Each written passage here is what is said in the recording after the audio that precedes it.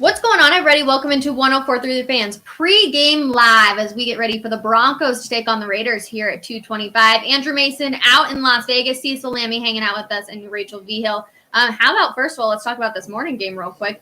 The Ravens 20-10 over the Buffalo Bills. Quite an exciting game over there. Mace, though, how are you doing? I'm doing all right. Just settling in here. Way at the top of Allegiant Stadium. The press box is really high here, so we've got a bird's eye view. Broncos are starting to warm up right now. We'll get the inactives here at 55 past the hour. Nothing really unexpected. I think DJ Jones is questionable, but expecting him to go. Dalton Reisner's questionable, still expecting him to go. So, yeah, just there's a fair amount of orange already filling the seats here, though, and I know a lot of people on our station have said expect to see a lot of Broncos fans today. I think the Broncos will probably have about 25% of the fans here in the house today. Okay, Cecil, how are you on this Sunday morning, this gloomy Sunday morning here in the Mile High City? Yeah, day's still punching, but Buffalo's problem is they don't run the damn ball. It's one of my emphasis and 3 keys for victory today for the Broncos, and I don't even care who it is, if it's Melvin Gordon or Javonte Williams, but run the ball. Buffalo's running backs have 6 carries right now at halftime. You wonder why you're getting waxed? Like, you have to run the ball in this league. I know it's pass happy, whatever. Yes. But running the ball is the backbone of NFL offenses. And until Buffalo figures that out, they're going to get railroaded. Okay. You know what the thing is, though? Yeah, they're not running the ball. Sorry, Rachel. But at the same time, Baltimore, I mean, if they blow this lead, and Buffalo did get a touchdown there at the end of the first half to get to 20-10, if Baltimore blows this lead, we got to talk about Baltimore's defense just being absolutely awful at holding leads because they've already blown one of the Dolphins this year. Yeah, I mean, it's a good point. No, definitely. Yeah. Do you want to get in the Broncos, though? Because we try to do this during halftime of the morning games. That way everybody can catch up and then also get ready because we know there can be a lot of exciting stuff to go in the morning game. So hang out with us for the next 15 minutes, everybody. But let's talk about, I was on this morning with John Davis. We were talking about how there's no identity for this Broncos offense, and that's kind of been a struggle. You never know what you're going to see each week. So how do you anticipate the Broncos using the offense today, Cecil? Well, is it going to be Russell Wilson's offense or Hackett's offense? And I would prefer if it would be more Russell Wilson-centric, as we saw in the final drives, plural, in last week's game against the 49ers. Like, let Russell Wilson actually be vintage Russell Wilson. Implement more of Hackett's stuff as the season goes on. It's a very complicated system. It's a system that, if you're well-versed in it, it's almost unstoppable. But at this point, I like it better when Russ takes over. So, yes, run the damn ball. It's paramount for every team in the league. I don't care who you are. I don't care what defense you're facing. So if that's their identity, we're going to just be out physical, you guys. And they played a physical 49ers team, and they won. It gives me good feelings as to what they could be going forward. Well, if they're going to run the ball, if they're going to run the ball, then part of it means that Russ needs to get beyond the structure and take off and scramble, because he had that third down scramble last week on the touchdown drive for a first down. Could have easily had a first down earlier in the game, but fell just short. But that's part of it. But in general, if you're going to let Russ cook, you're going to have to accept that it's going to go beyond the play design. And Nathaniel Hackett, obviously, he has an idea of how this offense wants to look.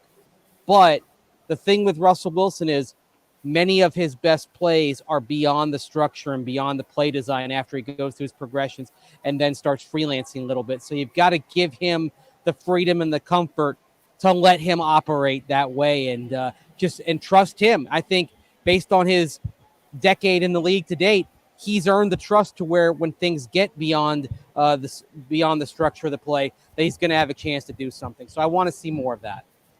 Is it a power thing? Is it Nathaniel Hackett wanting to make sure that he has the power of the offense? We were talking with Orlando Franklin. He jumped on with us this morning by surprise, and he was like, there's a lot of talk about Russell Wilson being a me kind of guy. So maybe he doesn't want to take the reins because he doesn't want those things to be true.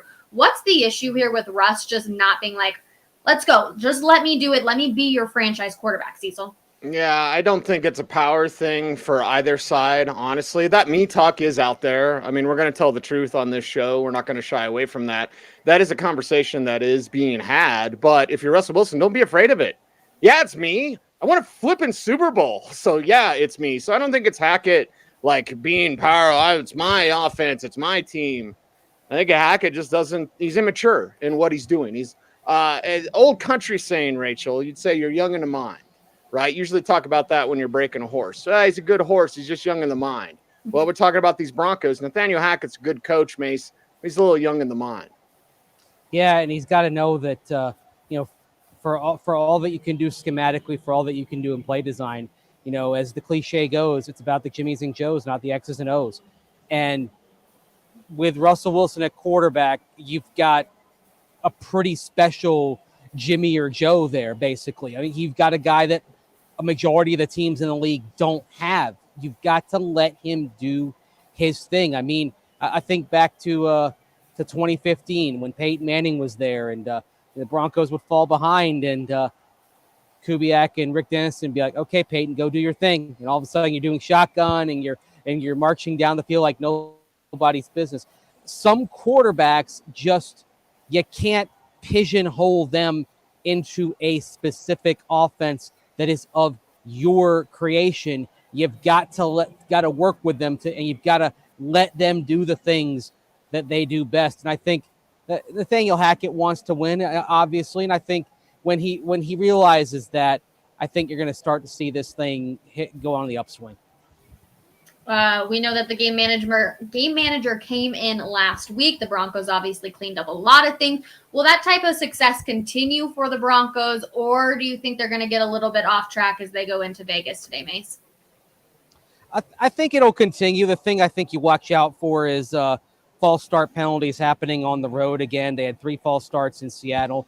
Of course, they also had 3 false starts at home in week 2. So I think that's the thing you kind of look out for here, because even though there are going to be a fair amount of Broncos fans in the house, there are going to be a fair amount of Raiders fans here too. And it's a stadium with a roof. It's going to be noisy. It's going to be a den.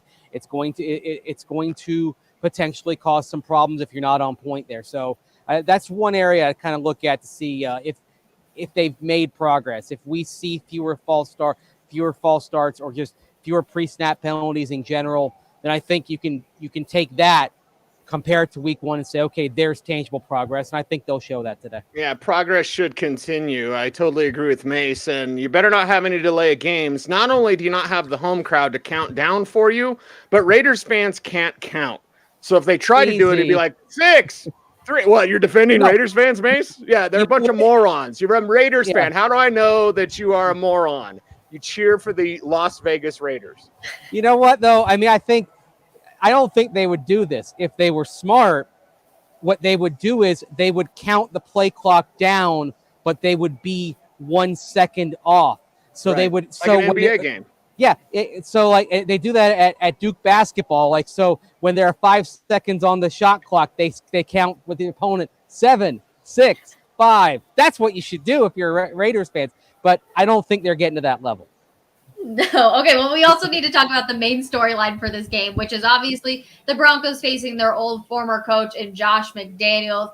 A lot of people have different words for Josh McDaniels. It's going to be interesting, but while it seems like an emotional game for Broncos country, it doesn't seem like it's too much about Josh McDaniels to the players. Have you guys heard anything this week? We heard Bradley Chubb talk about how much he hates the Raiders, but have we heard anything really from the players about Josh McDaniels in particular, Mase? No, I mean, they hate the Raiders, but they hate the Raiders because the Raiders have won the last 4 in the series. They've won 6 straight when they've been the home team in this series. Broncos players don't know a lot of success, especially away from Denver, against the Raiders. That's why they don't like them. I mean, Bradley Chubb said it's a competitive thing. I mean, it's not about trash talk. And he said, hey, we do some trash talking as well. It's not that they're dirty. It's that they've taken the measure of the Broncos the last few years. And so, like the Josh McDaniels thing, I mean, that's cool for us and it's cool for the fans. It means nothing to the players. It means nothing to almost everybody within the Broncos organization as well, because the football staff and coaches have turned over and turned over again over the last dozen years. It's just, I mean, you think about it, it doesn't seem that long to some of us who have been covering this team for a while. But in football terms, Cecil and Rachel, Josh McDaniels as a Broncos coach is ancient history. Yeah, it's completely ancient history. And just think about it, Mase, from our standpoint. How many, me, you, and Leggy, right? That are still the same from the McDaniels? Arnie. Arnie Of course, Stapleton. Arnie. Yeah. Arnie's fantastic. So, like, I don't even think Kliss was on the beat yet for the Broncos. And I don't think Troy was either. He was, but he was working at the Post. I know Troy was still covering the Rockies, and then you have some like Rod Mackey over at 9 News, right. Was also around as well. But yeah, even in the media corps, there aren't that many of us left who can tell Josh McDaniels stories. And on Friday in the media room, Jeff Legwold and I were regaling the younger members of the corps with tales of the Josh McDaniels era. About having a Thanksgiving get messed up because things got pushed back, and it's just his inability to keep to a schedule in general, his arrogance. I mean, you had about 20 years worth of stories in not even 2 seasons. It's remarkable. Yeah. He'd go bilingual to yell at people. He'd yell at everybody, and sometimes I'd hear him yelling in Spanish. Like, if you're going bilingual to be an aloha, you're a special type of aloha. Well, every player that's ever played under Josh McDaniels has said, you know what, we've been so prepared. And that's one thing is he has a football mind. So what type of offense are you expecting to see go against the Broncos defense today, Mase? Well, honestly, I think for all that it may mean nothing to the Broncos, it means something to him. And I wouldn't say it's quite like how Mike Shanahan had a unique disdain for the Raiders back in the day. Al Davis fired him after a year and 4 games as head coach back in the late 80s. But I think McDaniels will probably have something cooked up today. And like you said, Rachel, every player who I've talked to about Josh has said the same thing. They were always uber prepared for games, but his actual management of people was problematic. I think they'll be prepared. And I think we'll see some wrinkles today that we haven't yet seen from the Raiders, perhaps because he's been saving him for this game that probably means a heck of a lot to him. Sucker concepts. Watch out for it today. I wrote about it in my game plan at DenverFan.com. So it's going to look like 4 verts, basically. And you can do it from 2x2 or 3x1. And you're going to run a clear out with your tight end. And then you're going to run another vertical route that looks vertical. The receiver's going to push it until he gets behind that inside linebacker. He's going to turn around. It's going to be a curl route.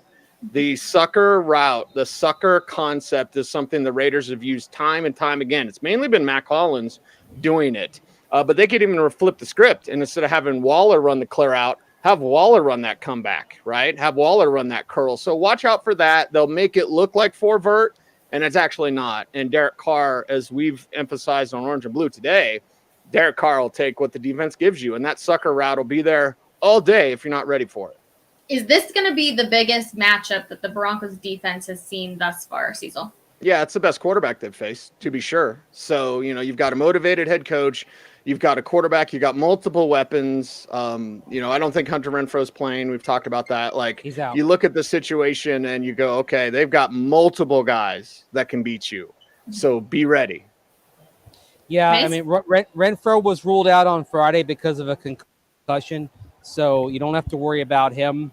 But as we saw last week, especially in the second half against the Tennessee Titans, have a pretty fair defense of their own, that they were able to have success because the Raiders doubled Devontae, doubled Darren Waller, and they conceded Matt Collins. Well, Matt Collins had a field day. So, again, like Cecil said, and like we said all week on Orange and Blue today, they're going to take what's there.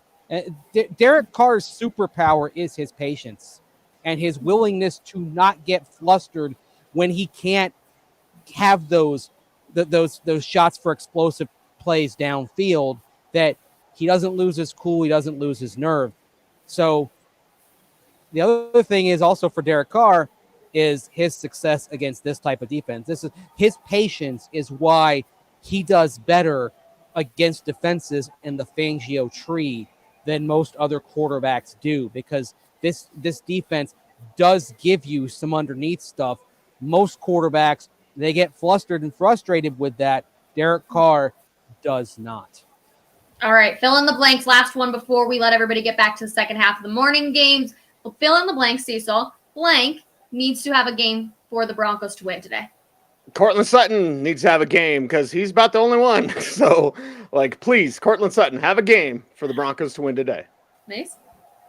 I want to see Jerry Jeudy have a game. I hope he does have a game. He needs it. Other than that 67-yard catch, 6 catches for 63 yards. Maybe this is a little wishful thinking, but we know how good Jerry Jeudy can be. We know what kind of talent he has. This would be a very nice day for him to show that. All right. Jerry Jeudy is mine, but I'm going to switch it to the defense. Ronald Darby, I think, needs to have a game today. I think Pat Surtain's going to do what Pat Surtain does, which means, and we talked about him, the wide receivers for this Raiders team are very good. So I think on the other side of him, Ronald Darby needs to have a good game as well. All right, everyone, that's going to do it for Pregame Live. Make sure you come hang out with us at halftime for Halftime Chill with myself, James, and Will. So we'll see everybody then, but enjoy the rest of the second half of the morning games, everybody, and we'll see you then. Bye.